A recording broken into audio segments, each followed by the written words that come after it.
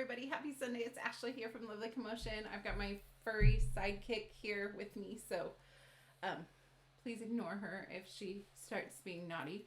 But she needed extra attention today, so she is going to join us today. This is Gabby.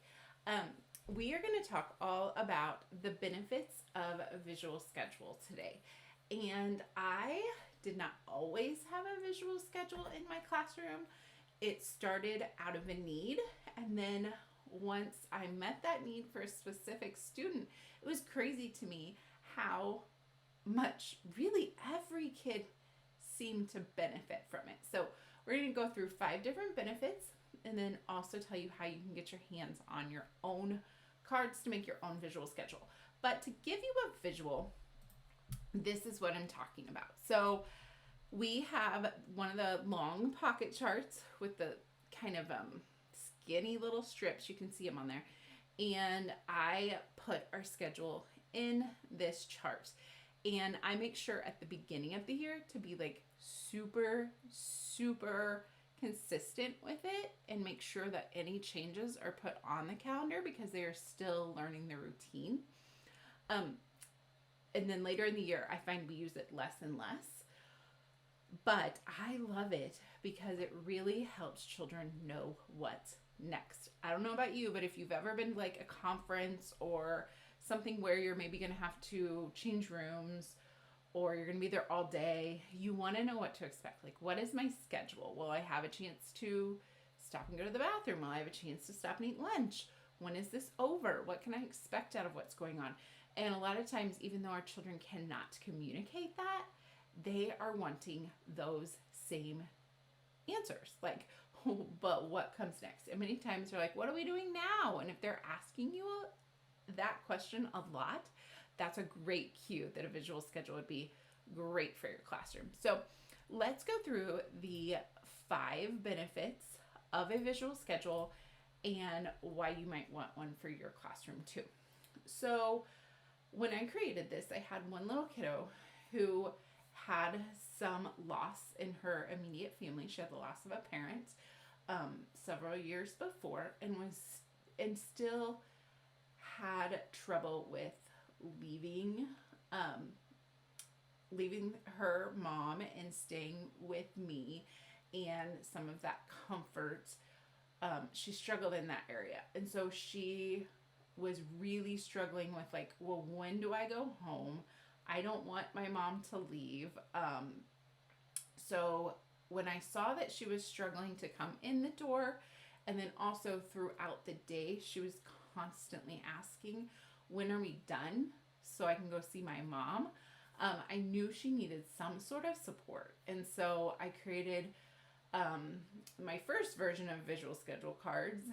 They were a little more clip arty, shall you say, and kind of quite busy. And so I've toned them down now where it's just a picture and a word so that they can better focus on the picture they're needing to focus on rather than all of the stuff. But when I put this up, I found it so much easier to say to her, look, we're going to do this and this and this, and then you get to do this, right? Then you get to go home. And that seemed to really comfort her. And she was able to kind of calm down and go, okay, I know that when we're done playing, you said we're going to do that. And that gets me one step closer to this. And it really helped her see, okay, I'm not stuck here forever. My mom is going to come back to get me because she had the experience of, not always having a parent return to her life. And so it was important to give her that safety net. And that's what this visual schedule did for her. It gave her that. And what I found is that it gives a lot of kids that safety net. Many times our kids are just shuffled here and there, and they're going to dance class and they're going to brothers baseball and then they're doing this and that, and they don't even know what's coming next in their life. And that can feel very, very unsettling. And so especially when they're coming to school for the first time, it's like, whoa, what is this school thing? I have no experience in this. I don't know what we're doing. I'm just left here with this strange woman. And I don't know that I feel comfortable with this. Not all kids, but some. And so that really helps them. I've also found it really helps my friends who do not like transitioning, especially leaving maybe some play to go to something different. And so this almost puts the blame on the schedule, right? Like, oh, it says we have to do this next. And I will give them a warning about, maybe center time is coming to an end, and then the bell is going to be ringing. And after the bell is ringing, this is what we do. And I can kind of lean back on the schedule says this is what we do. And many times they find that easier to accept rather than just feeling like all of a sudden I said, you're done, pick it up, be done, move on. It's kind of helped that transition because they know what's next. And maybe it's not something that they necessarily want to do, but maybe they like snacks. So maybe it's, look, we're going to have circle time, but then after circle time, we are going to have snacks. So they have something they're looking forward to later in the day until they get in the routine. And then I found that once they get in the routine, they're good to go. It's just kind of overcoming not having that total freedom that some of them have had at home, right? Just to kind of make their own schedules or do their own thing. And it kind of has really helped them see, okay, there is a time for everything, and I'm going to get to do this thing I like again later. It's just been helpful for that transition. Another benefit is that my children are picking up the class routine so much more quickly. And the faster we can get through our routines and our procedures and learning the schedule, the faster we can get to more fun learning, right? The faster we can get to really becoming a class family and having that trust built up and getting to know each other. But the very first step is, how do you act? How do you behave? What do you do in a classroom, right? What does this even look like? And so once they start understanding that, and the faster they get that down, the more smoothly your year is going to go on. And this is a step I feel like some teachers skip, and it really comes back to bite them in the end because they're constantly reminding of these things. Whereas once we've got those procedures, the schedule, the routine set down, they really have already learned it. And so they're really just kind of operating on, this is what we do at school. This is how we do it. It's the same all the time. And that brings me to my next one. Keeping that regular schedule and consistency is highly important. We know that, right? But sometimes things are out of our hands. Maybe there is something going on. Like we used to have the bird show come, and there would be birds that they brought. Well, that was going to be in the middle of something else that we were doing. So that was making our day different. Maybe it was a fire drill. Maybe it was really literally anything. If I knew it was coming, then I could prepare my class for it using the visual schedule. Obviously you can't prepare for every little thing that's going to come up, but if you know your day is going to be a little bit different, you can change that out. And then I go through it at the very beginning of the day and say, okay, we're going to have a change in our schedule. And they seem better receptive of that when they know what's happening. Oh, okay, now I know we're going to do this. I'm not, I don't need to be nervous about it. I don't need to be upset about it because I already knew it was happening. I feel prepared. That really helps with routine changes. And again, it's kind of like it's the calendar, like I had to change the schedule. They're not looking at me as much for why are we doing things different today as the schedule changed?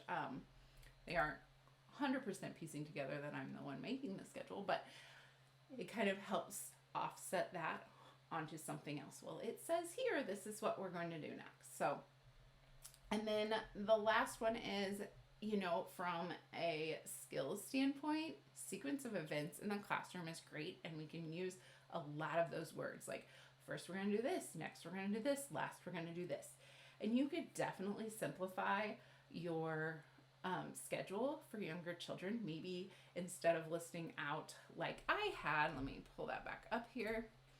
We do center. So the one above centers that you can't see is arrival. So arrival, center, snack, circle time.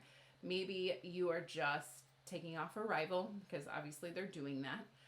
And maybe you are just doing centers, snack, circle time outside. Like maybe you're simplifying it a little bit. On this example, it's not good, but my schedule last year was a better example of we did centers, then we did circle time. And then we did snack. And so I could kind of say classroom time if I wanted to lump centers and circle time together, or you could just use it for like times you leave the classroom. So here's in classroom time, here's go. We're going to leave and go outside. We're going to leave and go here. If that's helpful to you to kind of shorten it, because I know sometimes our schedules can feel like they're kind of long. Trying to simplify that the best that you can. But I found that with my 4-5s and even with my 3s, because the friend that I made the schedule for was 3, she was able to grasp onto these pretty quick. Again, it wasn't our full day. So maybe, you need 2 visual schedules, one for the morning, one before lunch, one after, and then maybe that would be less overwhelming. But even those younger kiddos were able to really follow along with this and know what's happening and feel safer in the environment because of it. I also want to show you a picture of some of them that are included. I try to include as many things as I could think of, and that some other teacher friends brought to my attention to include, so that you would like have all your bases covered. But there's, of course, the normal bathroom, circle time outside, free play, breakfast if your kids eat breakfast. There's a bus dismissal card if they go by bus. There's a car dismissal card. My friends only go by car, so it wouldn't make any sense to them to have a bus on there. We have a library, like if they're reading with a book in their hand, if you maybe have that. Maybe our STEM time is put in there. I've got whole group time in there. Most of the time I don't get like super specific down to activity, but if you wanted to, it's all there. Center, snack, all those different things. So these are all available to you for free, and I will drop the link in the description so that you can have it. Because I really want you to try these out. So really all you need to do is print them, cut them, and I would laminate them just because sometimes they fall out of my chart and on the floor. Or like I had my little friend that I created the schedule cards for, I had her take out the activity after it was done. And so that really gave her some ownership of it, and it helped her see, okay, look, it went from this list down to this list. I can do this. And you just have to remember that even though it makes us sad that, they're wanting, when do I get to go home? What's the countdown of me getting to go home? Even though that makes me sad, I also understand that that's what she needs right now. And then later in the year, it was nothing like that because she felt safe and she knew what was happening in our classroom. And so just know that that is not necessarily going to be something that goes on forever. I keep my visual schedule up all year, and I will tweak it if something changes. That way my friends with transitioning issues take it a little bit easier, but it's not necessarily something they use every day. But I will say I've been super surprised at which friends gravitate towards this thing. So at first I do it, right? I go up there, I flip them over when they're done. You can either take them out because that visually shows it getting shorter, or you can just flip them around. Kind of showing that they're done. And I like that because I can quickly flip them back over in the mornings. But I was finding that some kids gravitate over, oh, we've done snack, we better turn that around. And they weren't the ones that I thought would need this kind of checklist, if you will. So it was interesting to see which friends really loved seeing what was on their day, and they were driven to get those things almost checked off, turned around. I think it tells a lot about their personality and kind of like how they are a getter-doner. And then some kids that are just like, great, don't care, would have been here anyway, whatever we're gonna do, we're gonna do, I don't have as many of those, but some of them are just very laid back of, whatever, works for me, and they could care less about that schedule.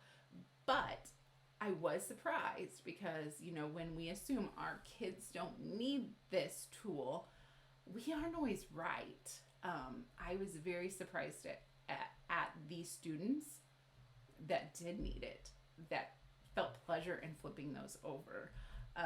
It was doing something for them internally to see that, and they followed that thing like a hawk, and it seemed very comforting to them because it was like, okay, well, now I know where we're going, so we're good. I know that this goes next, so I'm good.